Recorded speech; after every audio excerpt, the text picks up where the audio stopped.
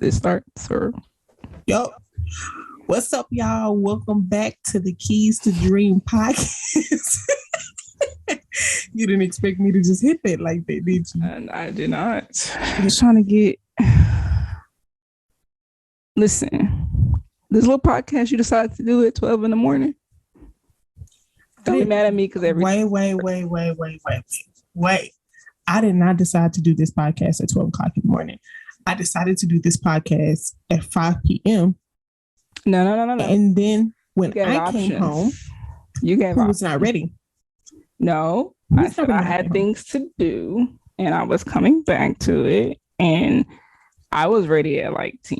You did not tell me you had things to do until I arrived at the house. You know what? That's not what people are here to hear. You know what? How people are here to hear. Absolutely. Well, you're here to hear a podcast. Aside from that, welcome back, y'all, to Keys to Dream podcast. We are struggling today. Okay. We're on the struggle bus. It is almost 1 o'clock in the morning. It has taken us almost 2 hours to get this set up today. Well, for transparency, we get.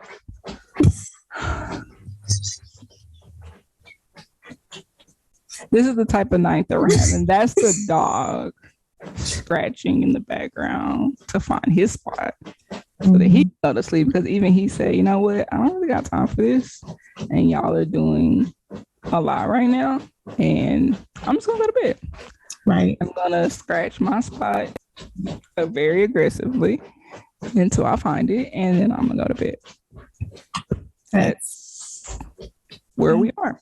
That's where we are. So we're gonna let Kobe finish his scratching, and then we're gonna get back into the episode. Speak it, and he provides. He just finished scratching his. I love it. Okay, so let's get into why we're here today. We're gonna talk about a lot today, but I first have to make a disclaimer because something happened on the last episode that I was not happy with. Okay. Oh. So I don't know if we told y'all on that episode, but on that episode, we were actually in Broken Bow, Oklahoma. And we were super excited to be there. We wanted to record a podcast there. And if I'm being honest, I just wasn't in the greatest mental headspace to record a podcast. And Ida clearly was like, Bestie, we do not have to record today. And I'm like, no, we can do it. We can record today. We'll be fine. She was like, please no, that we do not have to do this. But in my mind, I'm like, no, we need to take advantage of the setting where we are, being relaxed, all these things. So I finally convinced her to record the podcast while we're in Broken Bow. And for those of you who have seen the visual, have seen that I was just out of it. It wasn't even like I was there. And for those of you who know me, you know that that's not my personality. So I wanted to kind of start the conversation today, Ida, about as we are building a business and building a brand, and we know that content is king, right? How do you get through those moments where you feel like you're mentally drained, you may be in a creative slump,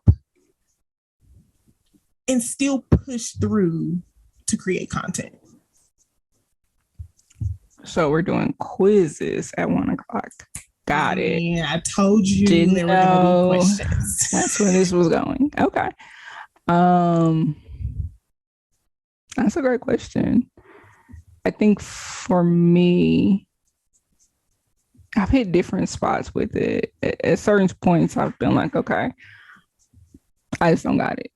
So it's better for me to let it go and let it sit for a while and then come back to it with a clear mind and clear conscience and a bit more creativity before I decide to jump back into it. Like specifically with this book, I've had moments where I was like, it's got to get done. Like we're on the deadline. Yes. Like it's got to get done. It's got to get done. But then life happened, and I was like, I am not feeling creative at all. And I think Mm-hmm. we had that conversation. Like I literally, Yes. I walked up to the door one day and was like, I don't got it. And like I was crying because I was like so sad because I was like, I want to finish this book, but like my mind isn't connected to my creativity Mm-hmm. right now. So Mm-hmm. I didn't really know. One, you get that scary, like, well, is it gonna come back? And then two, you get that just I think frustration of, well, I told my mind to do something and it's not doing it. Absolutely. And I don't know Absolutely. why it's not doing what I told it to do. Mm-hmm. I'm supposed to be in control of that. And I think, with being in therapy and working through that, I'm realizing, yes, you have control over some things, but some things you don't, even though you may feel like you should. And you kind of got to just let it be, Yeah. live within it, live through it, and then come back to it and say, oh, okay, I'm feeling it Mm-hmm. again. I'm myself again. I can Yeah. be creative again. So yeah, that's the biggest thing I think right now is just understanding like sometimes you just don't got it, and that's okay. Mm-hmm. Mm-hmm.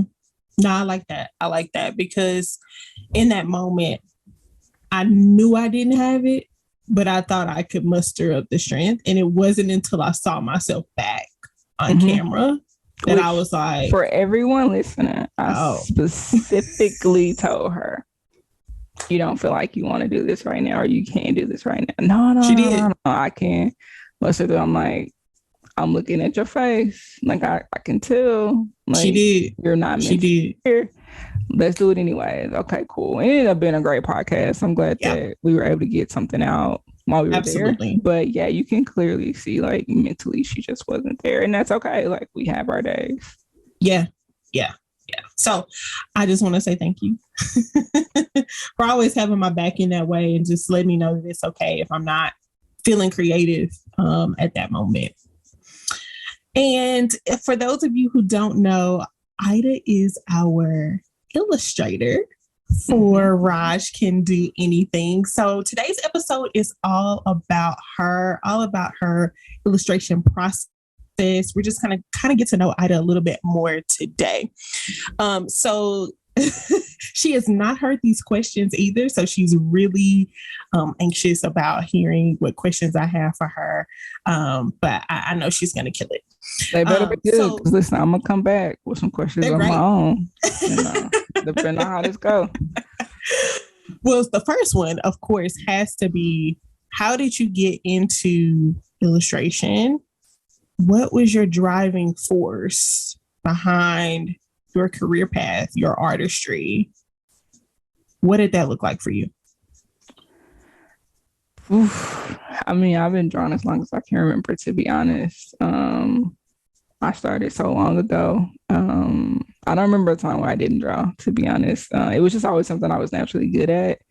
And I think in my younger life, I had a lot of difficulties, with family, with my father, with things like that, that was emotionally taxing and put me in a really hard spot. So I think for me, art was a getaway, and art was the thing I could go to say, man, I'm sad. Like, okay, let me paint something. Let me create something that expresses how I'm feeling right now. So that's what it initially started as. I think career-wise, I knew I wanted to be an artist. I initially started out wanting to work for Disney. Like that was always the goal. That was always the plan.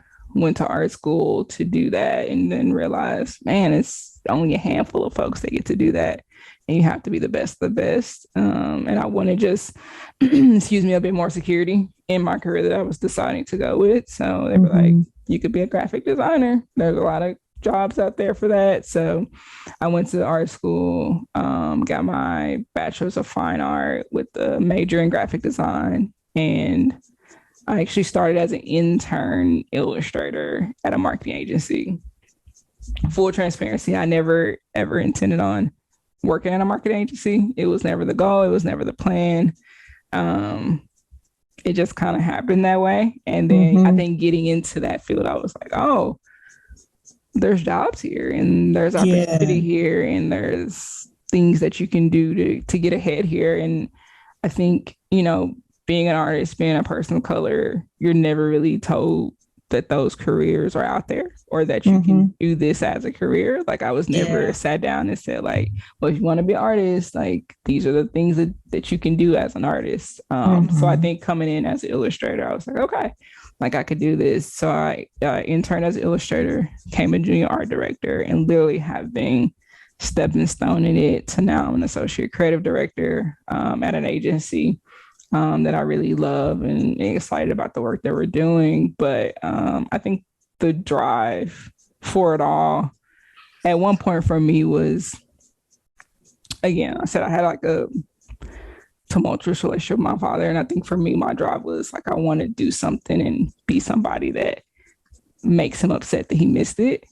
Mm. And I think a lot of artists do that, right? I think a lot of artists put themselves into their art and say, okay, like this is my heart and soul on a piece of paper or Mm-hmm. canvas or whatever. But I think at a certain point, once I got to a spot that I was like, okay, it's no longer about him, it's about me.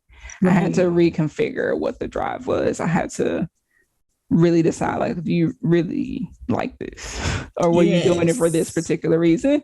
And I think for me in doing it, I realized, no, you really love the process. And I think that Mm-hmm. completely shifted my approach to being an artist and being a creative because I realized at that point, oh, you're doing it for you. You're not doing it because you want Yes. somebody to see you. You're doing it because it makes you happy internally. And it's your escape. And that's good enough to do for the rest of your life. Right. So, so yeah, that's kind of how I got in a very short view there, how I got to where I am right now. I love it. And y'all, when she say that she's literally been drawing since she can remember, she's literally been drawing since I can remember too. Like we were, young kids, and I just remember her being in the back of the room drawing. That was just her. She may not have interacted with everybody else who was in the room, but she had something to draw with. And that's what she was going to do. So I absolutely remember that as well. Can you tell us a little bit about when you're in your creative process? Where do you typically find inspiration, or what do you draw inspiration from? It depends on the project, right? I Okay. think there's two different, I like to think of it, sides of the creative brain. One side is a designer, and then one side of it is like a fine artist. And depending on what I'm trying to create, depicts how I kind of find inspiration. So if it's for design, like I do every day for work, I like to go to Pinterest. I like to go to Behance. I like to go to Dribble. All these sites that show you other creatives' work, and not in Mm-hmm. any way to say like, oh, I'm gonna do exactly what they're doing, but to say, oh, this is what people do for a print ad. This is what people do for, an email. This is what people do for a mailer, and see like, okay, what is the look of summer? What is the Mm-hmm. look of Valentine's Day? Like, what's the approach? And then figure out for the brand that I'm on, how can I make my brand fit within this occasion? So Mm-hmm. that's how I would approach design. But then how I would approach fine art is a little bit different. Fine art for me is a mental game. It's a zen. It's really no preparation, to be honest with you. It's more of, I'm feeling it today. Let me just get a Mm-hmm. paintbrush and go. Like, did I see Yes. a flower that I just thought was really beautiful? Or did I see water or an ocean or a beach that I thought was just something I want to capture forever on a canvas? And that's just kind of where I start. So I feel like fine art is more of a inspiration of life. And Mm-hmm. in design, it's more of an inspiration of circumstance. Yeah, that makes sense. That makes sense. And I know that creating characters has been a little bit different for you, as you're illustrating your first children's book with Raj Can Do Anything. So can you explain, like, maybe what has been the most difficult thing about creating new characters? Ooh, how much time do we have here? It's all been difficult. I'm not crying, guys. My eyes are just sweating. No, it's been a great experience. It's been very difficult though. I think again, even though I said I came from an illustration background, that illustration was more for advertisement. So it's a very different type of illustration, and it's people focused, but the people in the drawings aren't the focus. The product is. So you're really learning how to draw environments and how to draw product and how to draw chips and stores and things like that. And people are kind of secondary to that. But coming into this book, the characters were the thing, right? Everything else is background. Everything else is kind of filler for the story. But the characters are the thing that you're like, I gotta nail it. Like it's gotta look like this kid. It's gotta translate from page to page, from expression to expression. So for me, I knew absolutely nothing about it. I decided to go in blind. And I think just the one day we were like, well, maybe. I was like, okay, cool. I'm gonna just like draw a book. It's not that hard. And so we started doing it. And I think it's a great experience of sometimes what you have in your mind doesn't line up to what you need to be doing, what you're called to do. And I think in my mind, I was always like, I want to be a comic book artist. That's my thing. That's what I want to do. But I think as I continued on, I realized for the calling and for the purpose of what we're trying to do, children's book illustration was more powerful and where I was supposed to be living within. So I had to let go of what I wanted to what I needed. And now kind of living within what I need, I had to adjust my mindset to that. But overall, very difficult to transition. I'm learning. I've learned as I've gone, and I am still learning. And there's little things like how to make the character look the exact same throughout the book. Right. Very difficult for a person that's never done it before. How to even create a character that people can resonate with, that's culturally relevant and conscious of. I know for us, we've tried to show, not just African Americans, but just people of color. Right. And how to make it seem authentic to that group of people was also very difficult. We started out with an Indian boy, which I have no background in, particularly visually. So I had to do a lot of research on, how are, young Indian boys' hair look, what's their skin tone, what's their frame, what kind of clothes they wear, doing that research and making it as authentic as possible was extremely difficult. And like I said, it's an everyday process. Like we're learning it as we go. I feel like the next book will be better than this one, and the book after that will be even better than the previous one, and then it continues to get better as we continue to get processes down. But yeah, it's been the hardest, I think, art style I've ever done to date. Wow. I gotta go back a little bit because I think you saw where I got stuck.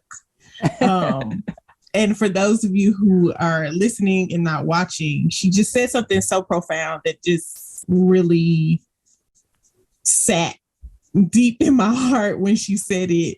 And it's this idea of our will versus our calling. And a lot of times we get stuck and we get frustrated when things are not working out the way that we saw or the way that we envisioned for them to work out.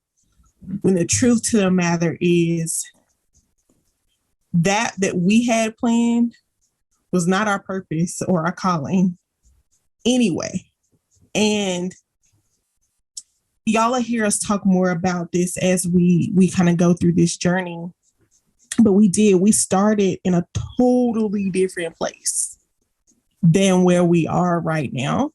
And I remember that moment for you that you let it go in your head and said, okay, nope, this isn't it.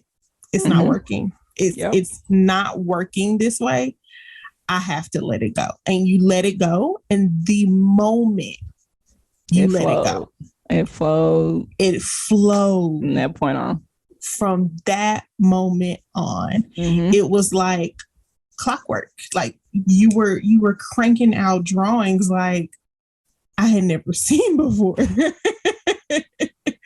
But I just had to go back there because that's just so profound to me. And I think that's something that we all struggle with is our will versus our calling and our purpose, our lives. So thank you for sharing that. It's a hard thing, right? Like when you have this thing in your mind that you're like, no, that's that thing. Like I'm supposed to do that thing. And you realize, well, you can do that thing, but it's not gonna get you to where you want to be in the bigger picture of it all. And I think that's why with anybody, I would tell them to start at what's your why? You know, Absolutely. Why are you doing it? Are you doing this because you like it? Are you doing it because you want to inspire people? Are you doing it because you want to educate people? Like what's the why behind it? And then allow that to kind of lead you into, oh, okay, this is the route to get to that. Because not all the routes are the same to get to different purposes. Absolutely. I think for us, we always was, literacy and creativity and just giving children books that we wanted. And I think that's where it started. It's not complex in the approach. Yes. It's literally, I remember being a kid and wanting to be a comic artist and never seeing myself in those things and just saying, okay, man, like one day when I get older, I'm going to draw those books that I wish I had. And I think that's what this is right now. Like I am 30 years young and I'm still a kid. I still watch Disney. I still watch Marvel because I love it. And because it does something for me, and I just want to essentially encompass what Black Panther was for kids, for my nieces. You know what I mean? Like they had never saw nothing. I was geeked. Like I had never seen nothing like that, and I've always wanted to, and I remember a time where you didn't have those characters. You didn't have Black Lightning. You didn't have Storm. You didn't have, all these really dope characters as a kid. And that's the core of why we're doing what we're doing, because we want kids to see themselves in these books and not have to imagine themselves in these books. Right. Absolutely. So I'm going to kind of switch gears just a bit. From the book to a little bit more of like your personal artistry and things like that. So tell me what your favorite medium of art is to create. You Googled these things. No, I did not. She Googled what medium was. No, you told me. I've learned a lot. See, you're doubting me right now and I don't appreciate it. I've learned a lot about art being your friend. So I know words. Okay. Listen, I'm impressed. And I'm an author, so I know words. Whatever is happening here, I'm impressed with it. What's my favorite medium? That's difficult. And I think it's difficult specifically for me because I've done so many, right? Like I literally still, one day we'll show them. I have like drawings of like Omarion and like B2K. And that's where I started. I started at portraits and like just drawing these boys that I thought were adorable and that I wanted to marry one day. Like, so I started there and then I got into illustration for advertisement and marketing. And then I did like a few little stints with murals. And then I did a few things with different forms of illustration. So it's a bit hard to like stay within one. But right now, I would say my favorite medium is digital art because that is how I'm creating the books. But I'll always have a love for traditional painting and sketching as well. I think it's the core of any good piece of art is traditional, knowing how to take a piece of paper, a pencil, a pen, a brush, whatever, and making something on that paper. I think it's the core of any good artist. Yeah. Y'all, she has this huge painting of Des Bryant that I absolutely love. You still have it, don't you? Of Des, that Cowboys piece? Yeah. Yeah, I still have it in the garage, which is honestly like, I love painting portraits and I enjoy it. But like I got to where like I don't have storage for all these canvases. So I was like, I gotta Right. do something different. And the thing with digital artists, you can have so much of it, but it doesn't take Mm-hmm. up the physical real Physical estate space. as Yeah. canvases do. Yeah. Yeah. Okay. Yeah, that makes sense. That We're makes gonna sense. we're gonna do a podcast where I show some like Yes. really crappy art and just be like, listen, it gets better. It gets better. Y'all, she says crappy. It's really not. She putting on for y'all a little bit. It's really great art. And I guess it's great art. I mean, it's great art in general, but I have not an art bone in my body. So lots of things are great to me. We're getting there. She better. Yeah. She putting a lot on it. She's better now than she was. I remember we first started talking. She was like, I don't know what this means. I don't understand what you're saying. And now she whips out some social posts, and I'm like, this look good. You learning? I mean, I learned from the best. Whoa. Okay, so tell me what we would see if we were to take a peek in your sketchbook today. Ooh, great question. Honestly, I look at a sketchbook like a visual diary. It's always been that for me. Is it the last thing you'll see or just what you would see in general on a sketchbook? Both. Okay, so the last thing you're gonna see is character design. And just coming up with characters, coming up with structure, which I would love to at some point do videos just showing how to break down the human body, which is so complex, in which I had to like figure out on the fly because I was like, oh, I'll make a book. Mm-hmm. And I was like, I don't even know how to draw people and characters. And it's very different. It's drawing portraits from life and from photography is very different than making up characters in spaces that you can't see.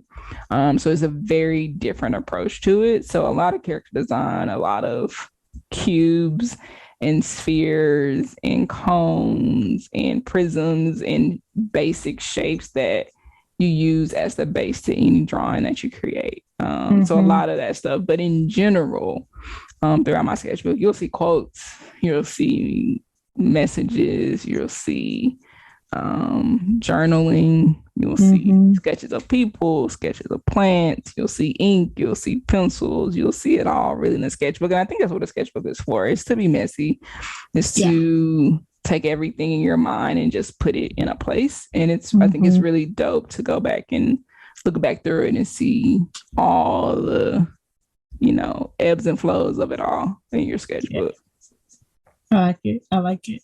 Now, for somebody who may be interested in starting their journey as a children's book illustrator, do you have any advice? No, I was kidding. I would say jump.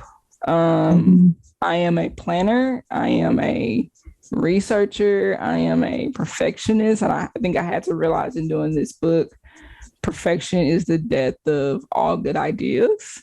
And for me, especially because I was like, ooh, it ain't right. We got to start over. Oh, it's not right. I can't show you. And I had to get to a point to where I was like, okay, this is as good as I can do it right now. Let's look at it and let's see what needs to be changed and see what needs to be updated.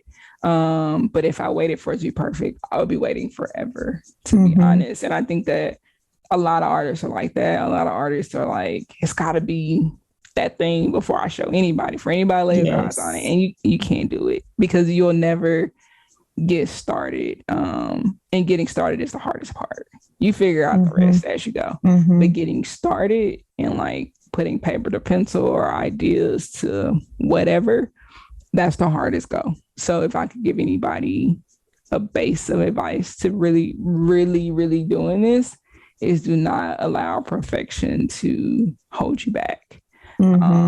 Be okay with the work not being great, but know that it will get better the more and more that you do it. So that's right. That's what I would say. Stop. It don't have to be perfect, guys. Just put it out. There's lots of I put out now. I'm like, it ain't the best, but we're gonna roll with it and we're gonna see what happens. And I think I'm a fan of failure. I'm a fan of let's fail quickly. Let's do it all And then in the failure, I feel like you learn more in failure than you do in success. So my plan with this book was like, okay, we're gonna fail real hard, real fast, and then we're gonna learn. And then we're gonna be rolling, and this book is gonna be as dope as both of us have envisioned for it to be. Absolutely. Absolutely. Awesome. Well, thank you for answering all of my questions today. I do have one more. I wasn't expected to be grilled like this. You wait till it's your turn. I'm ready.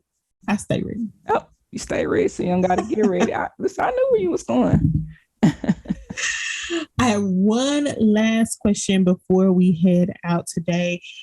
Everybody knows this is the Keys to Dream podcast from Dream in Color Publications. And so we are all about dreaming big. We tell everybody to keep dreaming. So I just want to know, how are you dreaming big this week? Me, how am I dreaming big this week? Yes. Okay. How am I dreaming big? That's a good one. I got to the very end and now I'm stumped. I think for me, just putting one foot in front of the other. I've been struggling with finding, like we started the podcast with, finding that creative inspiration here recently. And I think just stopping and saying, okay, we just gonna roll. I think literally everything we just talked about to this point, like starting, being okay with it not being perfect, like putting one foot in front of the other, like that's everything that I'm at right now. And I think that's my key for this week is just doing and letting the chips fall where they may. Yeah, I like it. I like it. We're not leaving. What's your keys for this week? See, you see what she do? She was gonna put me on spot and then not answer her own question. This was not my interview. We weren't gonna even answer. We're gonna vote every week. We're gonna answer this question. Okay, what's my key for this week? I think two themes that have just been reoccurring for me lately is consistency and gratefulness. So I don't know if y'all can see the quote behind me. It says, "Start each day with a grateful heart." Now, I put that up because I think for me here recently, like we can get so caught up in what it is that isn't working, what we have going on, what we're dealing with, that we forget to really be mindful about the things we have to be grateful for. So my key this week is to just go into the week with a grateful heart and a grateful spirit, no matter what comes. And then also consistency. I am trying to get in a mode where I am finishing what I'm starting in all areas of my life, and that requires for me to be consistent, and whether that's consistent in my routine, whether that's consistent in reading my Bible every day, or whatever that looks like, I'm just trying to create a path of consistency. So gratefulness and consistency are my keys this week. I love it. Episode 2 in the book. Episode 2, episode 349. Don't mind me. I'm just speaking it into existence. We're going to get there one day. It may take us to our 40s, but we're going to get there. Thank y'all so much for tuning in for the second episode of the Keys to Dream podcast. We hope to see y'all soon. Thank you, guys. Keep on dreaming. Keep dreaming, y'all.